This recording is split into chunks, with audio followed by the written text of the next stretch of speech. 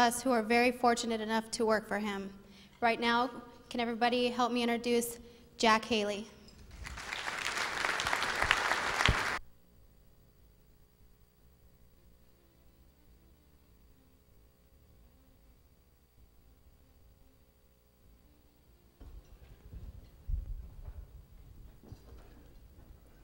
Good evening. This is a wonderful event for me. And first of all, are you having a good time?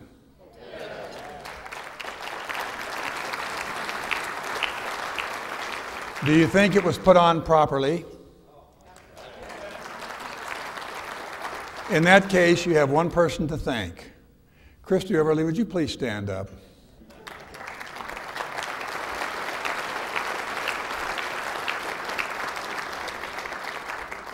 She has really worked hard the last month to make this happen, and it's taken a lot of coordination.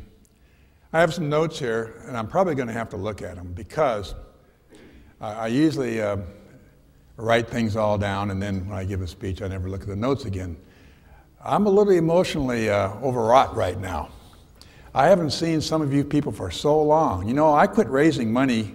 Well, I never quit raising money, but Shirley started raising money, put it that way, in 2001/2002. And so many of you I haven't seen since those early days of 95, 96, 97. And seeing all these faces tonight, it's almost been like waking up out of a dream. And it's been kind of emotional. And I want you to know I really appreciate it. It's been fun. And so I may have to refer to my notes here just a little bit. But on the screen we have where we've been, where we are today, and where we're going. I'm the visionary, of course, and don't worry too much about the detail. That's why I have these other fantastic colleagues who will be speaking following me, who will tell you more meat. I'll give you a little meat. I want you to leave here tonight knowing more about your company. This is your company. Only because of you, we're here. As I've said many, many times to my colleagues, you are the fuel for our machine. Without you, nothing happens. And I want you to know we understand that, and I appreciate it, and we know it. And as you walk around outside and you see all the pictures of the 38 apartment communities, that's the brick and mortar that you own. You don't own stocks, you don't own paper, you don't own anything fancy. You own brick and mortar in 13 cities and 10 states. They have people in them, they pay rent, and that's what you own. And that's what Haley Associates is all about. But without you, we wouldn't own any of it. Where we've been, Marge and I came back to Omaha in 1992. Got back in the real estate business. Didn't know a lot of people then, because I'd been gone for too many years. I needed someone to bridge, a credibility bridge, to partner up with, to help me get around and get started again. And I want to honor Don Day over there. Would you please stand up, Don Day?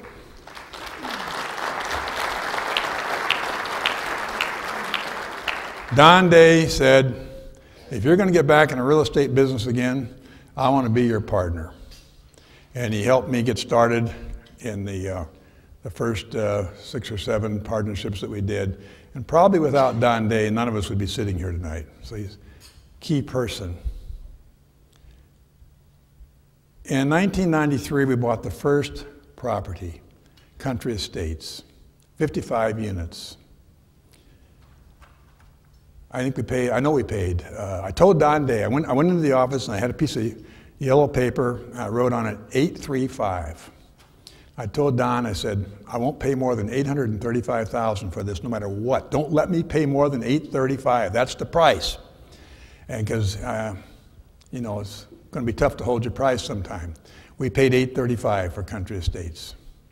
And we had 8 investors.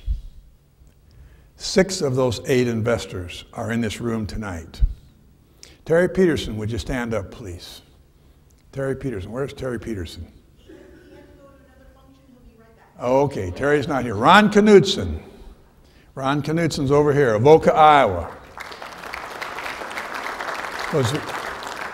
he was one of the 8 that started all this. Tom Tokheim, sitting out here, was one of the first 8.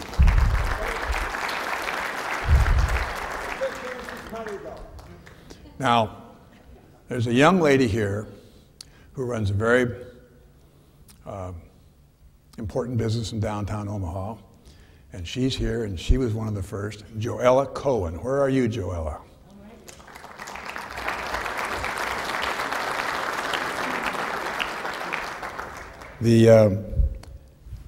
Chris Held, way back there someplace, was one of the first investors. I could go on and talk about all the investors in the second deal, in the third deal, and we'd be here till midnight. So I won't do that. Well, Jim King's smiling at me, though. Jim King's the only fella, he started investing about the third deal. The only time Jim King would see me so I could go raise money was about 5:45 in the morning. He was an early bird. If I wanted to talk to him, I had to be in his office at 6 o'clock. And so I've always, when I saw Jim today, I thought, oh my goodness, another 6 o'clock in the morning meeting. I could, of course, tell stories about everybody and every deal, and I can't do that. But I do want to recognize 3 other people. I've been in this apartment business since 1971. I bought my first 4-plex or 6-plex or something like that. One of the investors in this room has been investing with me since 1972, long before this portfolio. And that's Charlie Garsh, my college roommate. Where's Charlie Garsh? I wanted to recognize Charlie.